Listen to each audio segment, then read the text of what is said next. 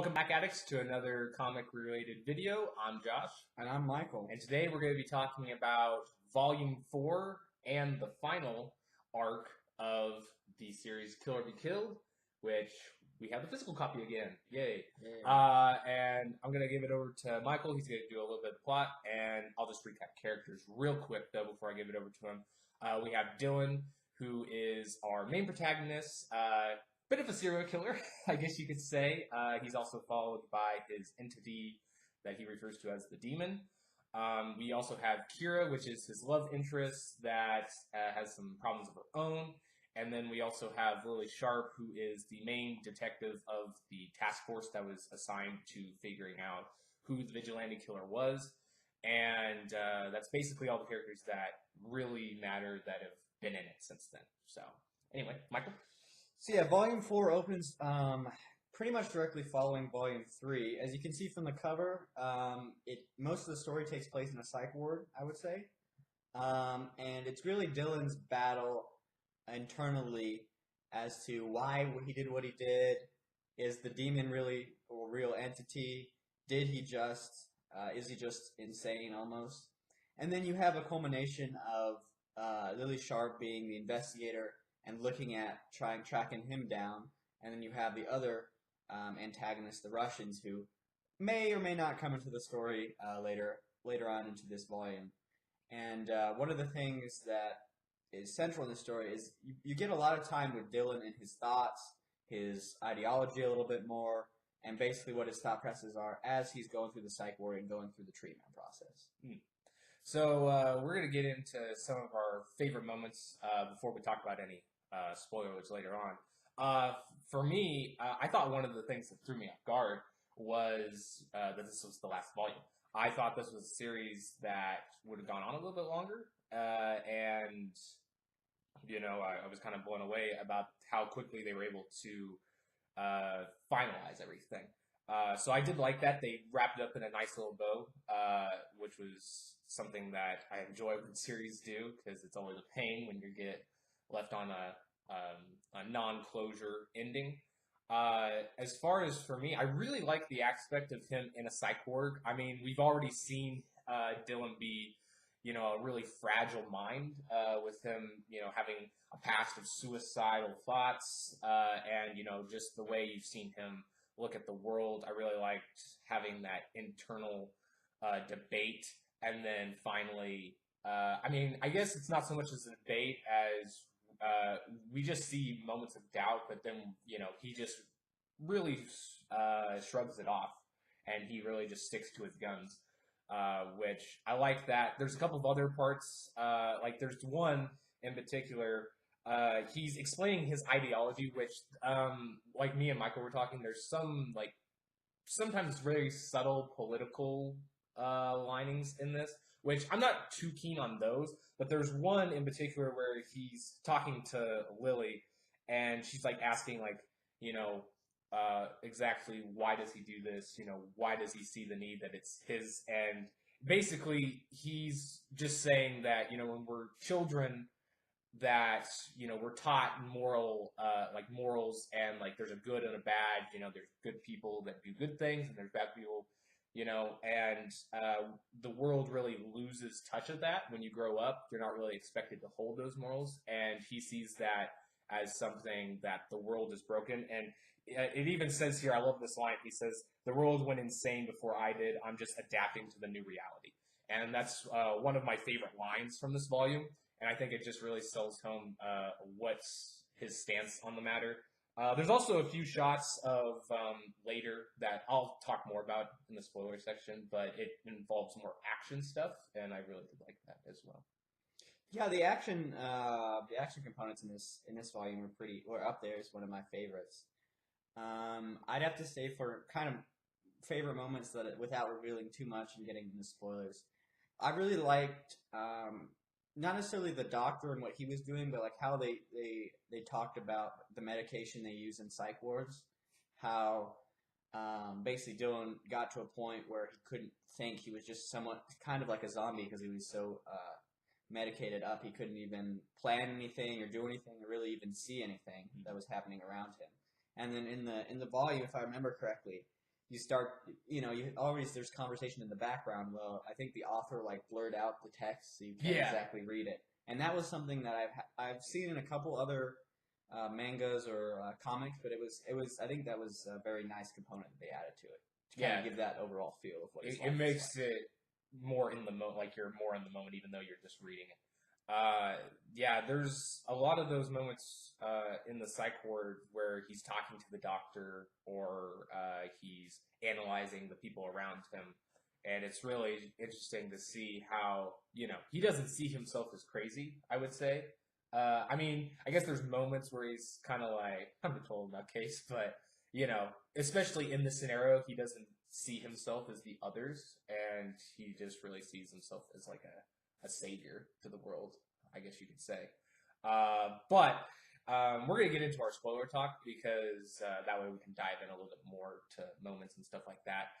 Michael, do you want to start us off with what you thought about the volume ending? Yeah. So there's two endings presented here. This is like heavy spoilers. There's one, let's say, typical ending that you'd find with whether it be a comic book or, for example, like Superman back in the day, even in the movies, he would die and then come back. And it was kind of like everything ended up okay, and now actually he can continue on doing what he's doing. And then there was another ending that was, I wouldn't say really realistic, I guess, but it was more dark. And they did kind of leave it open for another series if they wanted to switch the main character. But overall, I think I like the first ending.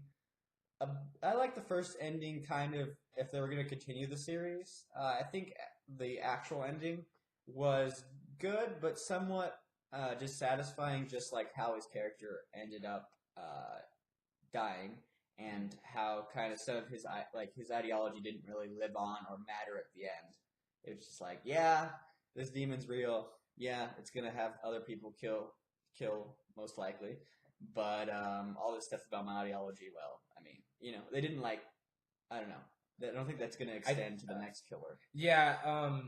Well, I mean, I guess kind of a little bit, not to the extreme I think Dylan had, because the person that he gets to basically pass the torch to is Kira, which in her last moments of internal dialogue or monologue, I should say, she kind of says that the world is a cruel place. If it wasn't for the crappy hand that it dealt Dylan, he'd probably still be alive. And so I think this kind of thing where you're having to go against the world and its ideologies and what it assumes is right is still like a prevalent kind of outlook on the situation. But I mean, it's kind of differences instead of the world being wrong. It's just like, the world sucks, Yeah. But there's I feel like I like the ending, but I didn't love it. Like it was like one of those things where I know it would have been cliche to end it on the twist cliffhanger, or not the cliffhanger, but ending. But because I really liked some of the ideas that they put in there, but at the same time, I did enjoy that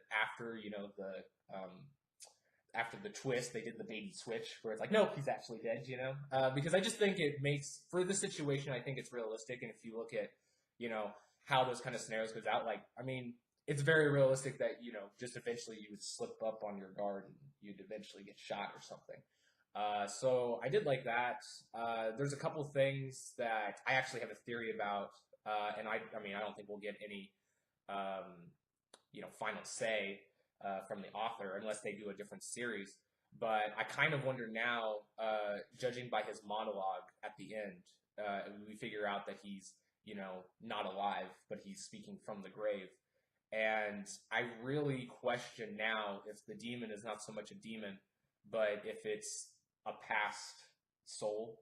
And I really wonder if it's not so much the entity that was stalking Dylan that went after Kira, but it's actually him himself. And I don't know. It would be his brother who committed, or his father who committed suicide. Yeah. So, I mean, it's like one of those things where it's like, I don't really know if that would hold up, because then you question, like, well, who was it before? Like, why did they make him kill if, it's just to really haunt him? So there's a few things where it's kind of like, meh. But I kind of like that idea in a sense, because I think, it pushes its ideals a little bit more. It makes sense that like the previous one drove you almost mad, or to the extreme, and then now you're doing the same thing. But I don't know. It's really interesting. Overall, there was a lot of cool moments. I really liked how the Russian mob showed up again, because it was like one of those that we got an ending, but it still was kind of like, well, wouldn't they be searching for him, even though like one division was gone, and they actually did. But was there any other ones that you liked, Michael, in terms of that? Yeah, I mean, I could talk about individual moments, but I kind of want to talk a little bit about the author's style, since this is the end, kind of the Sure. wrap up. I really liked, so throughout the whole series, you have Dylan talking from like the future, and I liked how that pretty much was the theme throughout. I liked how that style of storytelling, even at the end when he was dead, he was telling his story in the afterlife or whatever. And again, I also like some of the methods the author used to communicate and to write, specifically like Dylan's inner thoughts and stuff like that.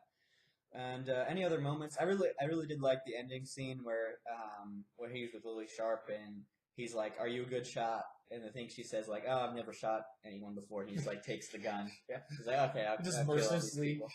does. Yeah. So that the final fight in the psych ward is really exciting. Yeah, I think Michael, he touched a little bit on it, which I did like that he said that because I kind of forgot about even mentioning that. But his style is pretty cool.